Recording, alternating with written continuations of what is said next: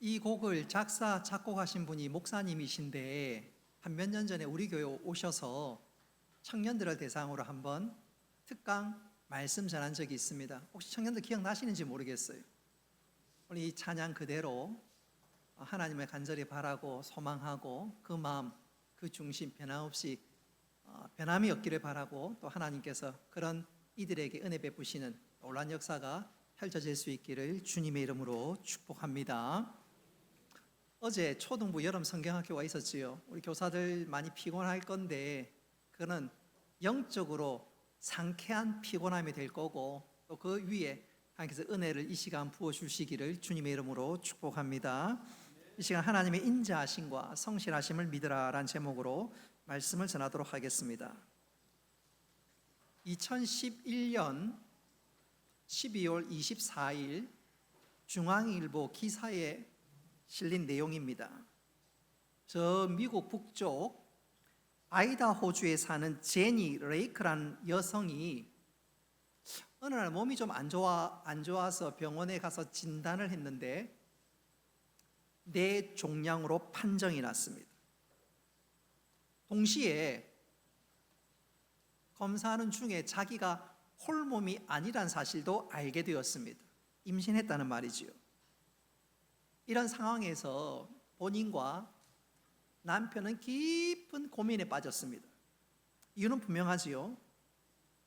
뇌종양을 치료하기 위해서 항암 치료를 받아야 할지 말지 바로 그것이었습니다. 만일 뇌종양 치료를 받으면 아이가 죽습니다. 그러나 그 항암 치료를 받으면 아이가 죽고 항암 치료를 거부하면 본인이 죽게 됩니다. 그러니까 본인과 남편은 깊은 고민, 딜레마에 빠졌습니다. 얼마 후 제니가 결심을 했습니다. 항암 치료를 거부하기로 말입니다. 그리고 그로부터 약 9개월 동안 암과 사투를 벌인 결과 건강한 아들 체드를 낳았습니다. 그러나 안타깝게도 아이를 낳고 보름이 되지 않아서 12일 만에 제니는 그만 숨을 거두고 말았습니다.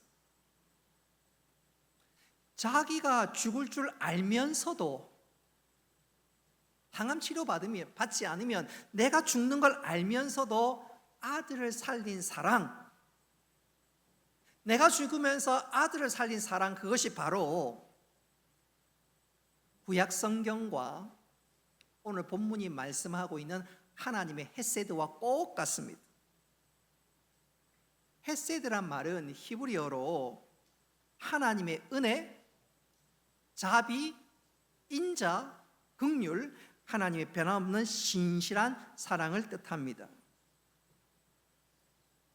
이 헤세드가 처음부터 이렇게 나온 것은 아니고 이 헤세드란 말이 처음에는 소위 계약 용어였습니다.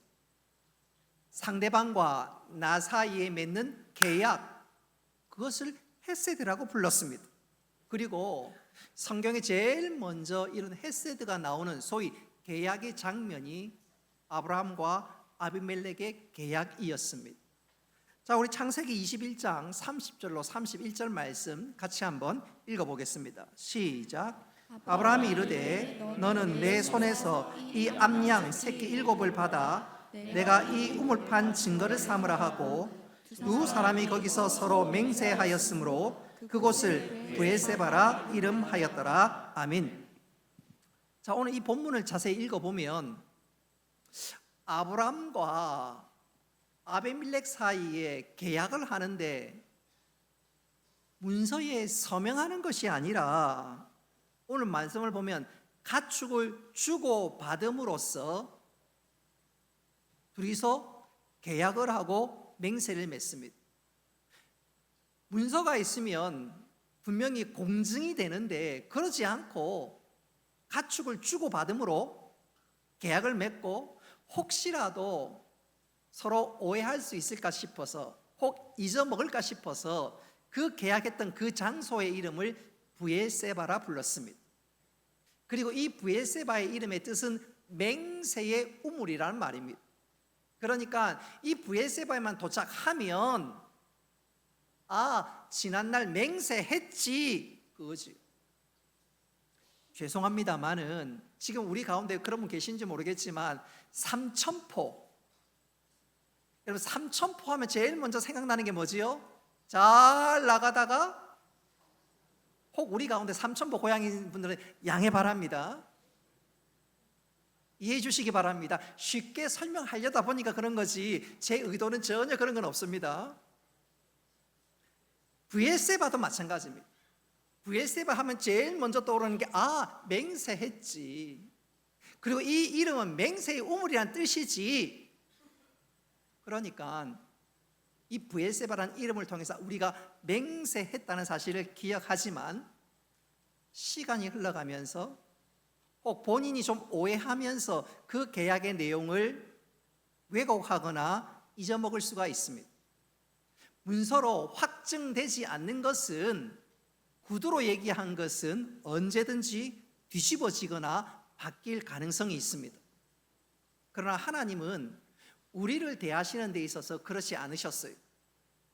하나님은 우리와 계약을 맺을 때 소위 문서화, 문서로 확증하셨습니다. 그 대표적이고 제일 먼저 확증한 것이 바로 모세의 십계명 돌판, 바로 그것입니다.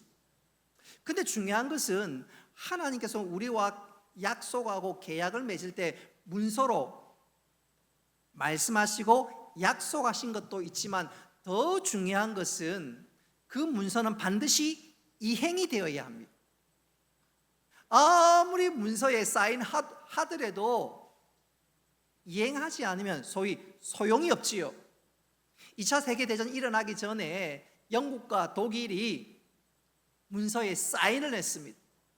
그리고 영국의 수상이 그 문서를 보여주면서 절대로 유럽에서는 전쟁이 일어나지 않습니다. 그럼 얼마 있지 않아서 끔찍한 2차 대전이 발발하고 말았습니다. 문서에 사인하는 것도 중요하지만 더 중요한 것은 그것을 이행하는 것입니다. 우리 하나님은 바로 그런 분이십니다. 말씀하시고 계약하시고 확증하셨을 뿐만 아니라 계약의 당사자가 하나님은 이스라엘 백성과 계약을 했지요. 약속했지요.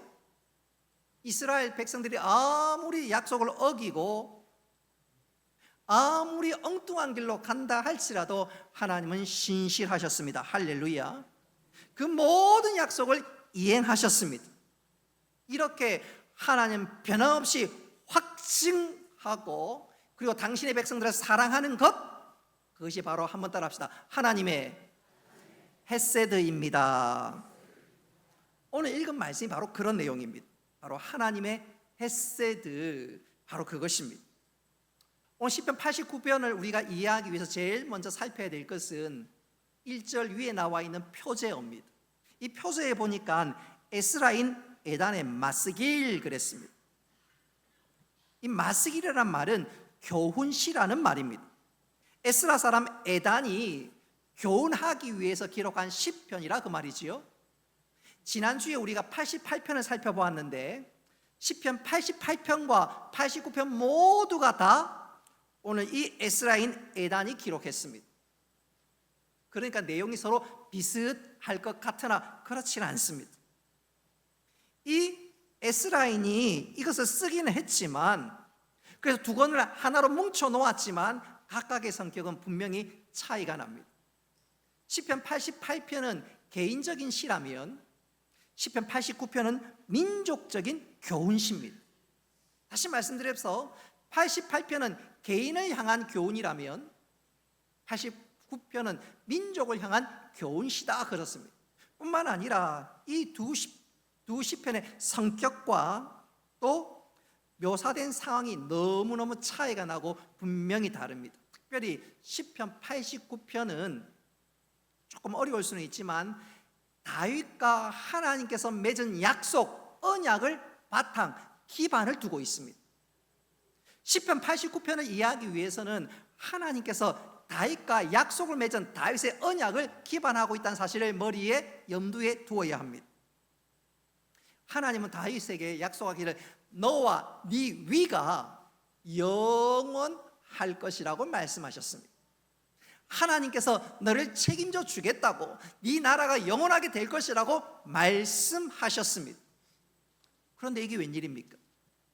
오늘 이 시편이 기록될 당시는 그런 하나님의 약속과는 전혀 다른 상황이 지금 펼쳐지고 있습니다. 나라가 많이 흔들렸습니다. 흔들린 정도가 아니라 위기 중에 위기였습니다.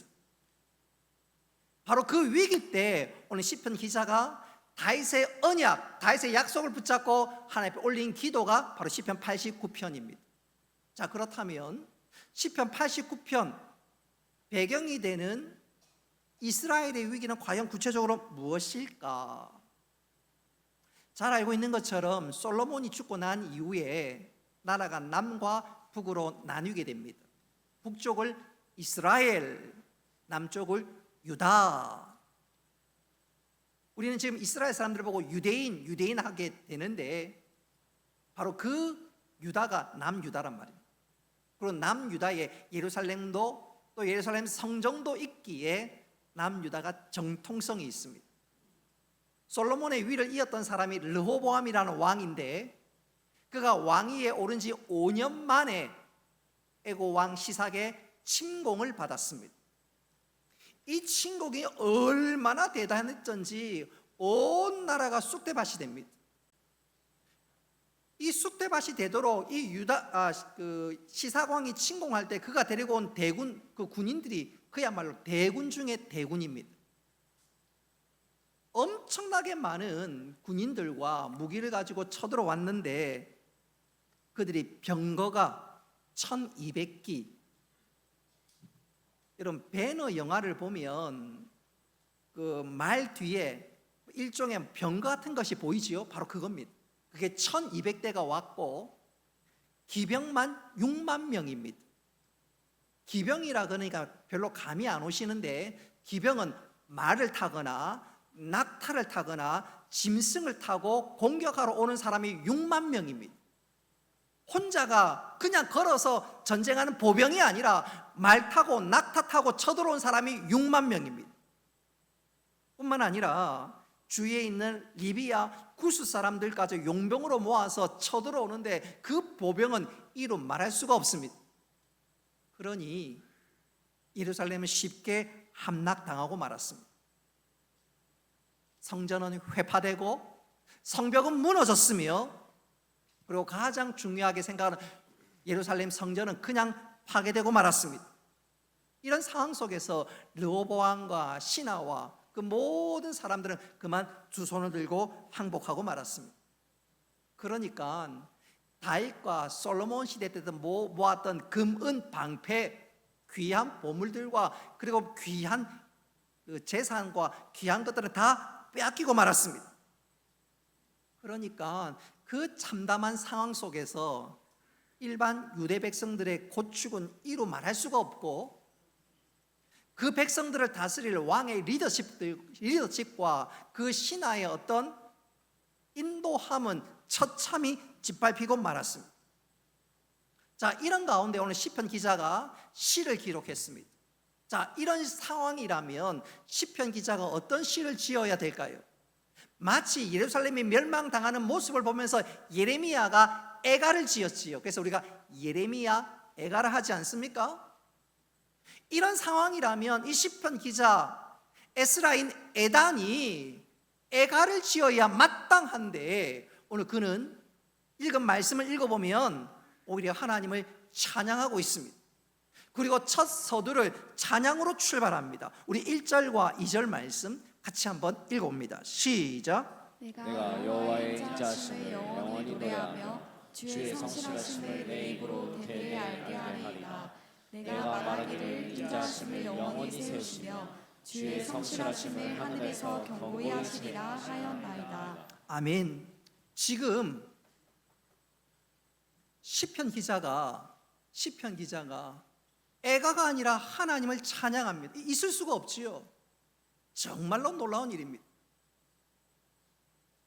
제가 얘기를 들어보니까 가수들은 죽으면 장례식 때 자기가 그 히트했던 노래를 후배 가수가 불러준다고 합니다. 유명한 가수가 죽으면 마지막 그 조가로 그 죽은 그 가수가 유행했던 노래를 부릅니다. 아마 조용남이가 죽으면 누가 그런 노래를 불러주겠지요. 구경 한번 와보세요. 아마 그런 노래 불렀는지도 모르겠습니다. 만일 그런 노래를 누가 불렀다면 뺨을 날리겠죠. 이 정신없는 사람아, 그러지 않겠습니까? 그러지 않겠습니까? 오늘 시편 기자가 당한 형편이 꼭 같습니다. 애가를 불러야 합니다. 애가를 불러요. 근데 오늘 1절과 2절 보십시오. 하나님의 성실하심과 인자하심을 노래하고 있습니다. 아니 지금 찬양은 무슨 찬양? 애가를 불러야지요. 근데 오늘 1절과 2절에 보니까 하나님의 성실하심과 인자하심을 찬양하고 있습니다. 지금 성전은 회파되었고 성벽은 무너졌고 모든 것이 끔찍한 상황입니다. 아마 주위에서 왕이 걸을 때마다 왕을 향해서 비난하고 손가락질하는 사람들도 있었을 것입니다. 나라를 왜 이 모양으로 만들었냐고. 그런 상황 속에서 시인도 어쩌면 애가를 짓고 눈물의 노래를 불러야 되는 것이 마땅함에도 불구하고 그는 인자하심과 성실하심을 노래하고 있습니다. 그 이유가 뭘까요? 그 이유가 뭘까요? 오늘 시편 기자는 다윗의 언약을 바탕으로 오늘 이 시편을 기록했다고 제가 말씀드리지 않았습니까? 지금 현실적으로는 예루살렘이 무너지고 그야말로 역사에서 완전히 지워질 만한 나라가 되는 것 같으나 하나님은 다윗에게 네가 영원할 것이고 네 나라도 견고할 것이라고 약속하셨는데 하나님 그 약속이 땅에 떨어지지 않고 반드시 이루어질 줄 제가 믿습니다. 하나님은 신실하시고 하나님 우리를 사랑하신 줄로 믿습니다. 하나님 그런 은혜를 베풀어 주시옵소서. 바로 그 하나님을 찬양하고 있는 것이지.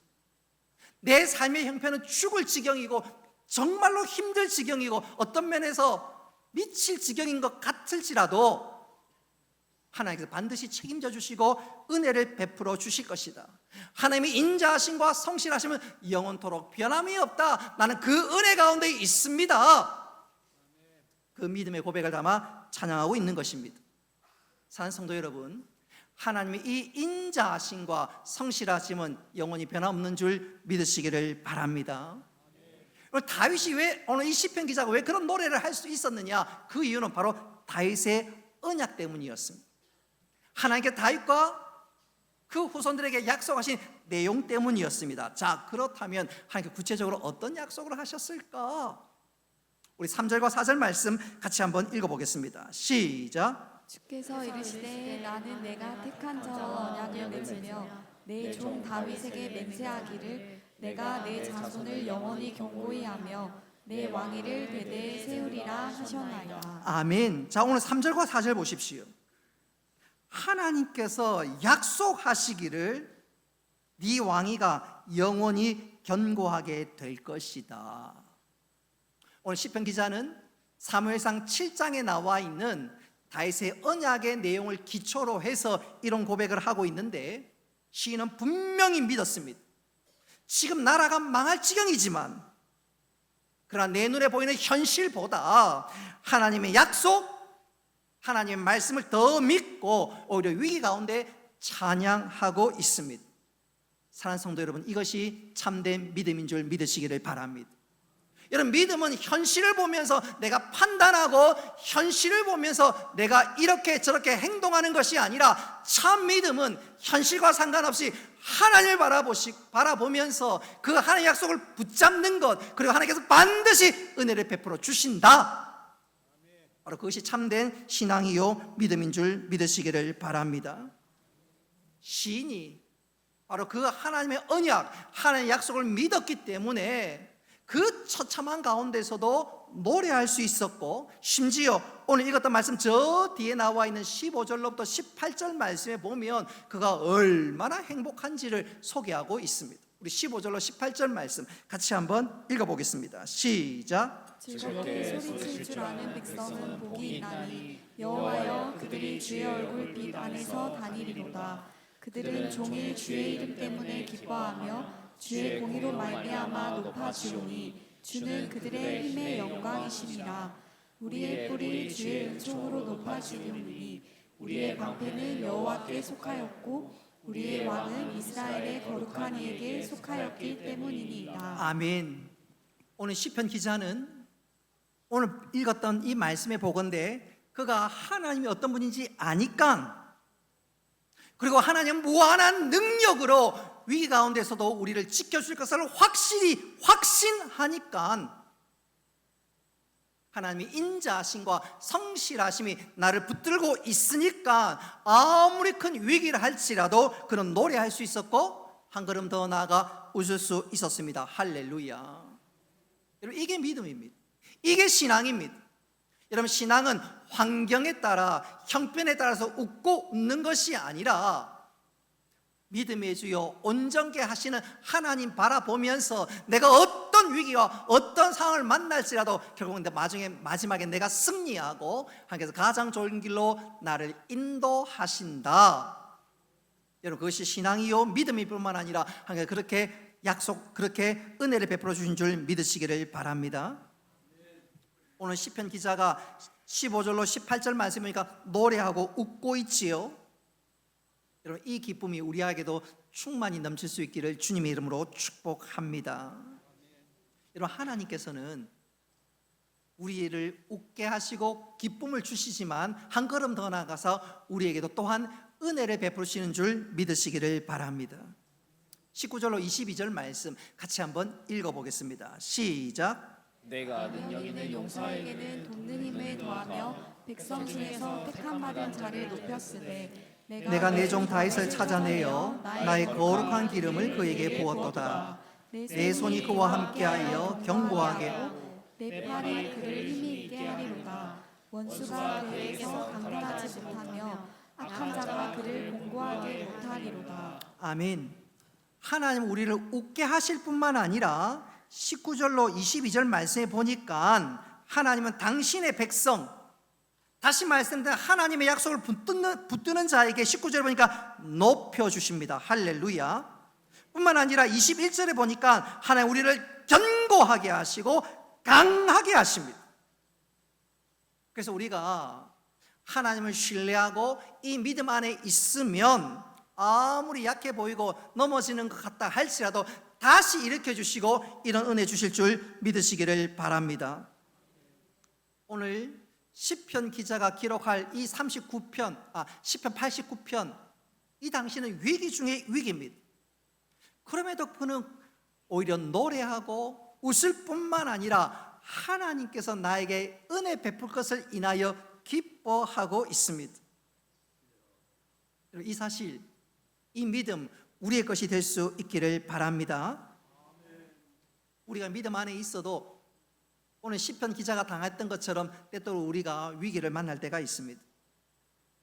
건강에 어려움을 당할 수도 있고요, 인간관계에 어려움을 당할 수도 있고, 경제적인 문제로 인해서 위기를 만날 때가 있습니다.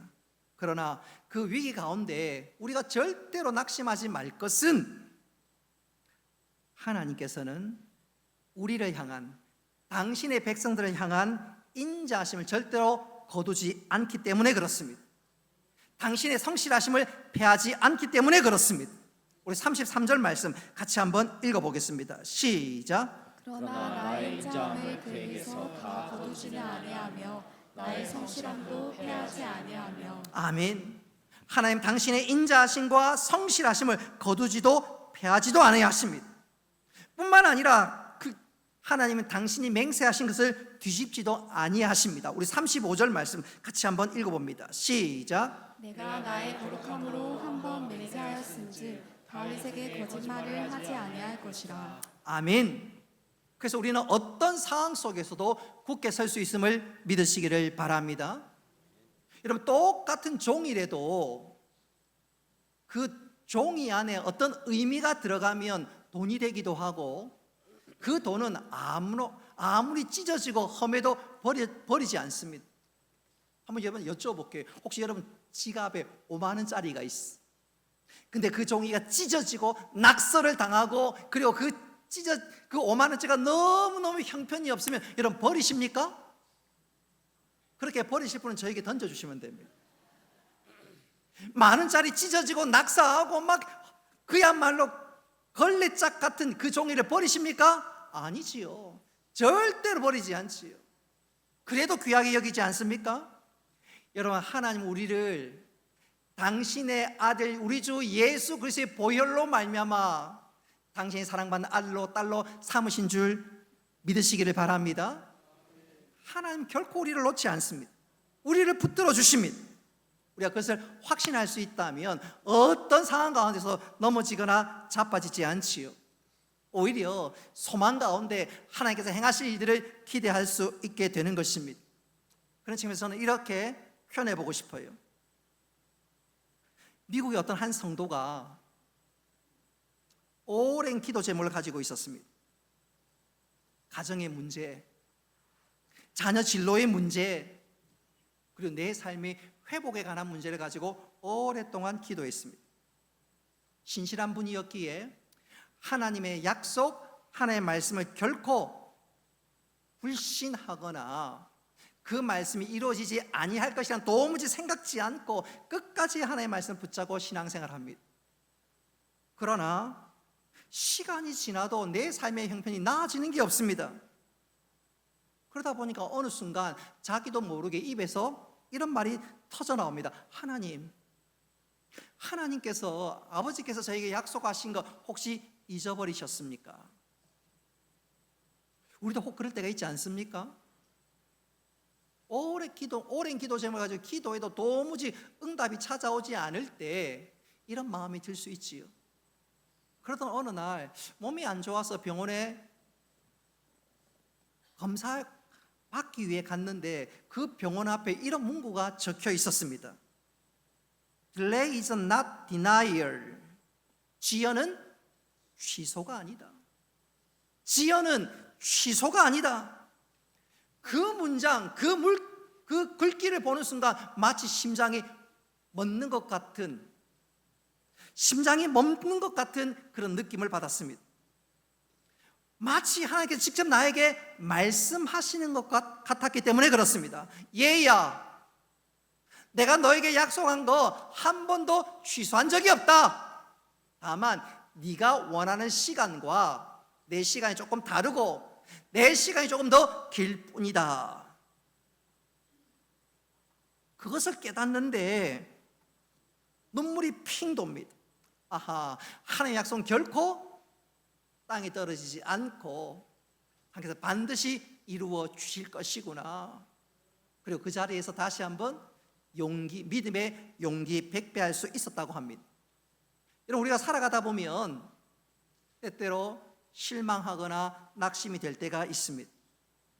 하나님 분명히 약속하셨건만 다윗의 언약을 당신의 백성에게 주셨던 것처럼 하나님 똑같이 우리에게 말씀 주시고 은혜를 주셨건만 막상 내 삶의 현장에서는 영적인 애고왕 시삭이 쳐들어와서 처참하게 무너질 때가 있습니다.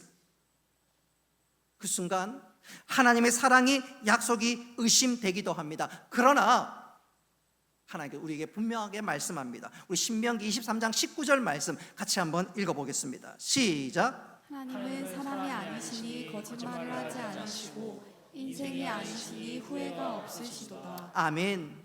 하나님이 잊지 않았다는 것입니다. 하나님께서는 혹시 우리가 생각하는 것보다 늦은 생각일런지는 몰라도 가장 정확한 때에 가장 좋은 것으로 응답하시는 신실한 하나님이십니다. 할렐루야. 여러분, 이것을 믿을 수 있기를 바랍니다. 하나님 바라보면서 소망 가운데 즐거워하고, 그래서 믿음의 또 다른 별명이 있다면 인내요 소망이라고 말씀드릴 수가 있겠습니다. 이제 말씀을 맺도록 하겠습니다. 우리 중에 상당수가 나름대로 기도 제목을 가지고 또 그 기도 제목을 가지고 오랫동안 기도하신 분이 적지 않을 것입니다. 하나님의 약속을 말씀 붙잡고 사는데 내 삶의 현장에서는 진짜 영적 애고왕 시삭이 쳐들어와서 처참하고 힘든 순간을 만나는 것 같은 그런 현실들을 맞닥뜨린 분 계실런지 모르겠습니다. 그러나 기억하십시오. 하나님의 인자하심과 성실하심 결코 패하지 않습니다. 하나님 여전히 나를 위해서 일하고 계십니다. 그리고 그 일하심은 당신의 성실하심과 인자하심을 바탕으로 일하고 계십니다. 얘야 힘내라, 내가 너와 함께 한단다. 더 좋은 것으로 역사한단다. 오늘 시편 기자가 붙든 것이 바로 이것입니다. 내 처참한 현실 가운데서도 여호와의 인자하심과 성실하심을 붙잡았습니다. 그러니 노래할 수가 있었습니다. 미소 지을 수 있었습니다. 웃을 수가 있었습니다. 그리고 찬양할 수가 있었습니다. 현실과 타협하고 그 현실의 문제 앞에서 무너지고 자빠지지 말고 다시 한번 믿음의 주여 온전케 하신 주님 바라볼 수 있기를 바랍니다. 하나님께서 우리 입술에 노래와 찬양을 넣어주실 것입니다. 내 삶 가운데 놀랍게 일하셔서 위기가 변하여 간증으로 만들어 주실 것입니다. 오늘 이 시간 다시 한번 주님 바라보면서 하나님의 인자하심과 성실하심 붙들므로 다시 한번 노래하며 그 노래가 내 삶의 놀라운 간증으로 나타나는 복된 은혜의 주인공 되시기를 주님의 이름으로 축복합니다.